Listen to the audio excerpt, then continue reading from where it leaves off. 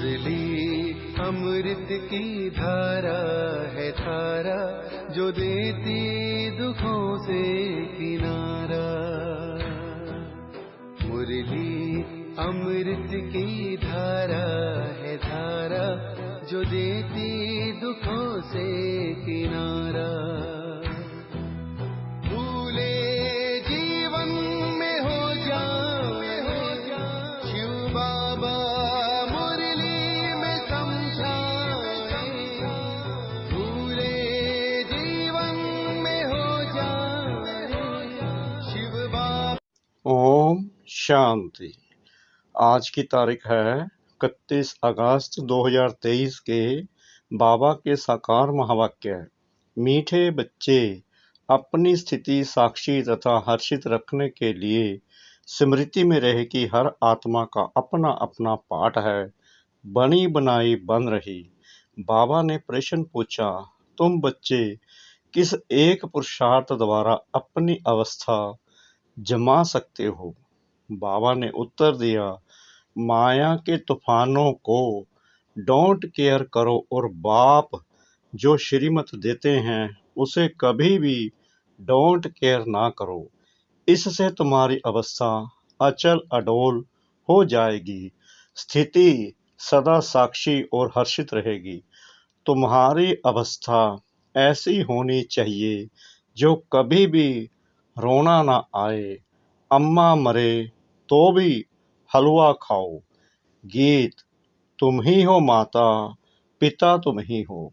तुम ही हो माता, पिता तुम ही हो। तुम ही हो बंधु, सखा तुम ही हो। तुम ही हो माता, पिता तुम ही हो। तुम ही हो बंधु, सखा तुम ही हो।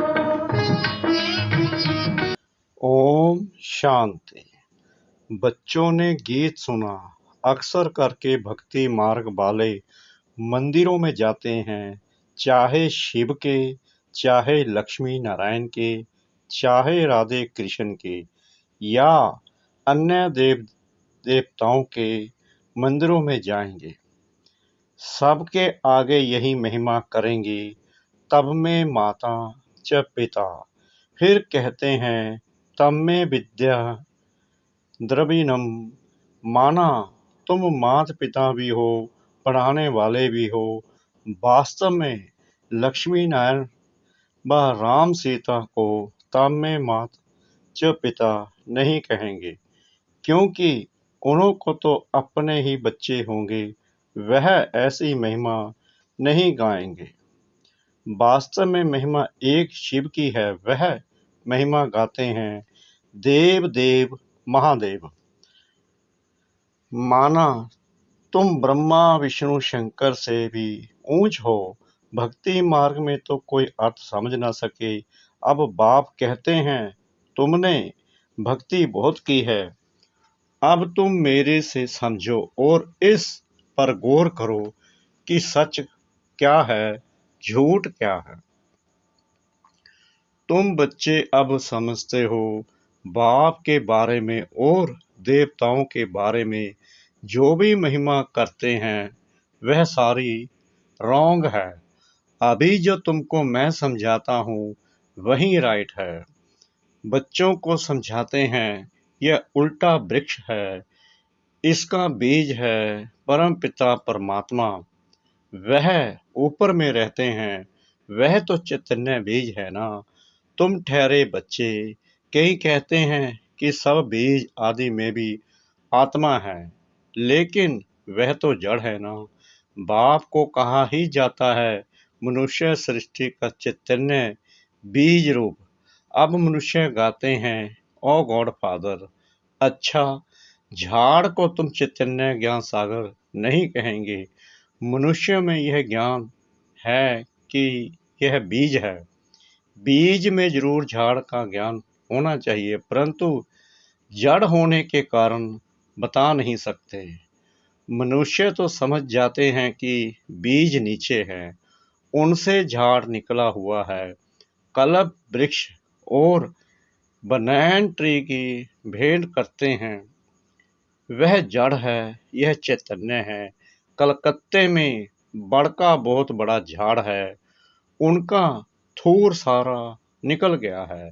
सिर्फ झाड़ खड़ा है, फाउंडेशन है नहीं। वंडर है ना। बाप समझाते हैं, इस झाड़ का भी फाउंडेशन है नहीं। देवी देवता धर्मप्राय लोप हो गया है, बाकी सारा झाड़ खड़ा है। कितने मंठ पंथ हैं। यह है बेहद का झाड़। बेहद का बाप बैठ समझाते हैं। बाबा लिखते भी हैं, शिव बाबा का बर्थडे हीरे जैसा है, क्योंकि शिव बाबा ही कौड़ी से हीरे जैसा बनाते हैं, स्वर्ग बनाते हैं। अभी तो भारत कितना कंगाल बन गया है। मनुष्य हम सो हम कहते हैं, परंतु समझते तो कुछ नहीं। हम आत्मा सो परमात्मा, परमात्मा सो आत्मा। यह ढिंढोरा सन्यासियों ने पिटवाया है। तुम अर्थ सहित जानते हो। हम सो ब्राह्मण बने हैं, फिर हम सो देवता बनेंगे, फिर हम सो क्षत्रिय वर्ण में आएंगे। आत्मा कहती है, हम इन वर्णों में जाएंगे। हम शूद्र थे, अभी हम ब्राह्मण कुल में आए हैं। परमपिता परमात्मा ही सबको रचने वाला है। ब्रह्मा विष्णु शंकर देवताओं को भी रचने वाला वह है। अभी बाप बैठ बच्चों को समझाते हैं। तुम कहते हो तब में माता च पिता, तो माता भी यह बरोबर है। बाप बैठ बच्चों को बहलाते हैं। भक्ति मार्ग में मीरा भक्ति थी, वह है भगत माला। ज्ञान माला भी है, ज्ञान माला का नाम है रुद्र माला। रावण माला नहीं कहेंगे, रावण की भक्ति तो नहीं करते। राम माला है, बल अभी रावण राज्य है, परंतु रावण की माला नहीं होती, भगत माला होती है। असुरों की माला तो नहीं होती। भगत शिरोमणि में एक तो मीरा है, उनको श्री कृष्ण का साक्षात्कार होता था। लोक लाज सारी खोई थी। सेकंड नंबर में शिरोमणि भगत कौन है? नारद। हाँ, उनका गायन है, दृष्टांत दिया जाता है। यह तो सब बातें बैठ बनाई हैं, रियल नहीं है।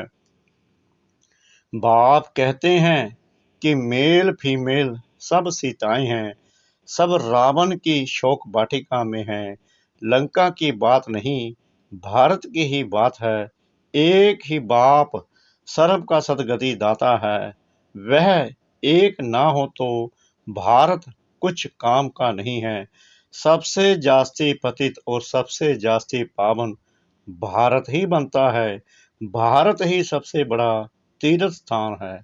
भल अपने अपने पैगंबरों के तीर्थों पर जाते हैं, परंतु सबका सदगति दाता एक बाप है। भारत ही अविनाशी खंड है।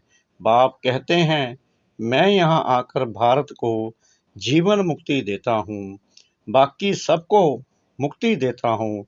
सबका सदगति दाता मैं हूँ।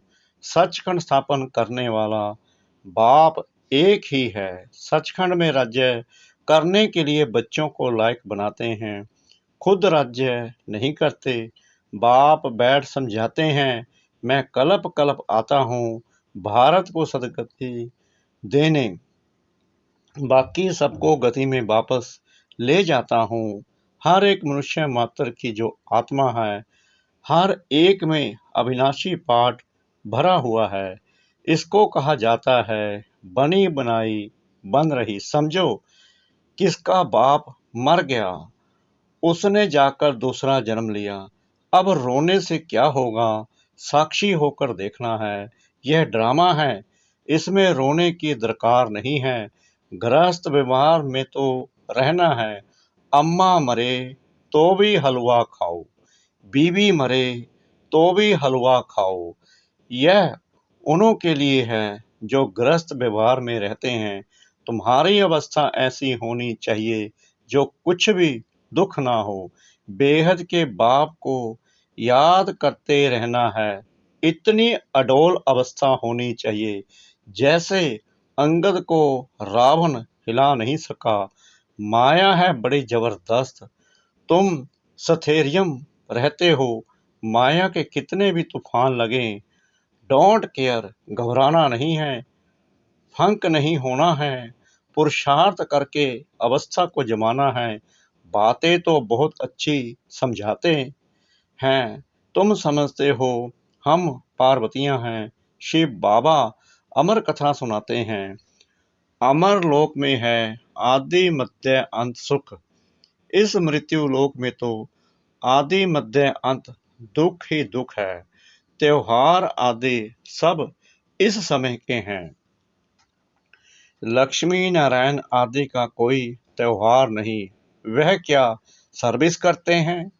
तुम ब्राह्मण बहुत सर्विस करते हो। देवताओं की आत्मा को सोशल वर्कर नहीं कहेंगे, ना जिस्मानी ना रूहानी। तुम हो रूहानी जिस्मानी डबल सोशल वर्कर। अच्छा, मनुष्यों को नष्टो मोहा बनने में मेहनत लगती है क्योंकि उनके पास कोई एम ऑब्जेक्ट नहीं है। यहाँ तो तुमको प्राप्ति बहुत है, तो बहुत नष्टो मोहा होना चाहिए ना। एक बाबा के साथ योग लगाना है। बाबा, ओ मीठे मीठे बाबा, आपको हमने पूरा जान लिया है। आगे तो सिर्फ कहने मात्र गॉड फादर कहते थे, अभी तो आप आए हो फिर से स्वर्ग की राजाई देने। यह कलयुग तो कब्रिस्तान होने वाला है, इसलिए हम इसको क्यों याद करें। बाप कहते हैं इस कब्रिस्तान में गृहस्थ व्यवहार में रहते मुझे याद करो। यह तो बहुत सहज है। जैसे भक्ति मार्ग में मनुष्य श्री कृष्ण की पूजा करते रहते हैं, बुद्धि धंधे धोरी में भागती रहती है, मन का घोड़ा कहाँ न कहाँ भागता रहेगा। सवाई के माफिक बाप कहते हैं कि शरीर निर्वाह करते बुद्धि का योग मेरे साथ लगाओ, मेरी याद से तुम्हें बहुत प्राप्ति होगी। और सबसे तो अल्पकाल की प्राप्ति होती है। कितनी नौंदा भक्ति की, अच्छा फिर क्या हुआ? साक्षात्कार किया बस ना, मुक्ति जीवन मुक्ति तो नहीं मिली। अब बाप कहते हैं कि तुम 21 जन्मों के लिए विश्व के मालिक बनते हो। स्वर्ग में गर्भ ही महल होता है, यहाँ तो गर्भ जेल है। लोग श्री कृष्ण जन्माष्टमी आदि कितना धूमधाम से मनाते हैं। तुम्हें सिर्फ मनाना नहीं है, लेकिन सबको समझाना है कि श्री कृष्ण का जन्म कब हुआ। श्री कृष्ण अभी कहाँ हैं? तुम जानते हो, अभी हम कृष्णपुरी का मालिक बनने के लिए पढ़ रहे हैं। बाप के पास बैठे हैं, बाप को हाथ जोड़े जाते हैं क्या? टीचर पढ़ाते हैं तो क्या उनको हाथ जोड़ना होता है? महिमा करनी होती है। टीचर से तो पढ़ना है। बच्चे बाप को घड़ी घड़ी हाथ जोड़ते हैं क्या? इस समय तो तुम घर में हो, तुमको भाषणा आती है। यह बाप भी है, पतित पावन भी है। इस समय 5 विकारों का ग्रहण लगने के कारण तुम बिल्कुल ही काले बन गए हो। 5 विकारों ने काला कर दिया है। सतयुग में तुम गोरे सुंदर थे, अभी श्याम हो। श्री कृष्ण सुंदर था, अभी श्याम है। कितने बारी श्याम और सुंदर बना होगा। कंसपुरी ही कृष्णपुरी बन जाती है, कृष्णपुरी फिर कंसपुरी बन जाती है। तुम आत्माएं ही तो ब्रह्मांड की रहने वाली हो। ब्रह्म तत्व कहा जाता है, अहम ब्रह्म कहना भी भ्रम है। तुम ब्रह्मांड के मालिक हो, तुम्हारा सिंहासन ब्रह्मांड है। बाप कहते हैं मैं तो ब्रह्मांड का मालिक हूँ ही। तुम आत्माएं भी कहती हो हमारा देश वास्तव में ब्रह्मांड है, वहाँ तुम्हारी आत्माएं पवित्र हैं। तुम ब्रह्मांड के मालिक हो तो फिर विश्व के भी मालिक हो। मैं तो सिर्फ ब्रह्मांड का ही मालिक हूँ।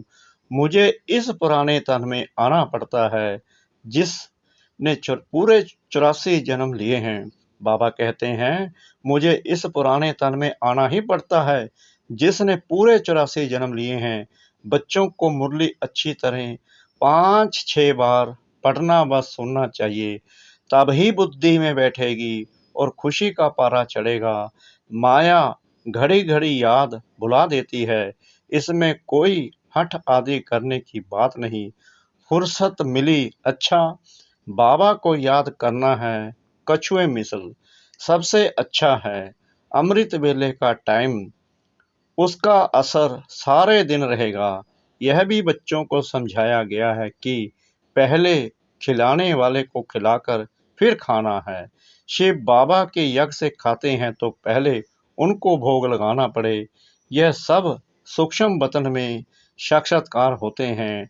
ड्रामा में नूंद है, तुमको भोग लगाना है शिव बाबा को, वह तो निराकार है।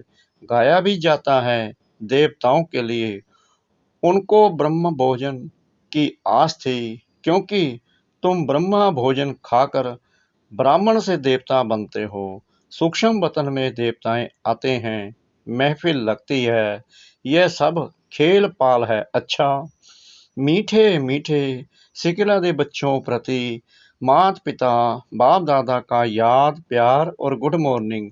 रूहानी बाप की रूहानी बच्चों को नमस्ते। हम रूहानी बच्चों की रूहानी बाप दादा को श्रद्धा भरी प्रेम भरी नमस्ते। शुक्रिया बाबा, शुक्रिया बाबा, शुक्रिया बाबा, इस मीठी मीठी मीठी मुरली के लिए। धारणा के लिए मुख्य सार।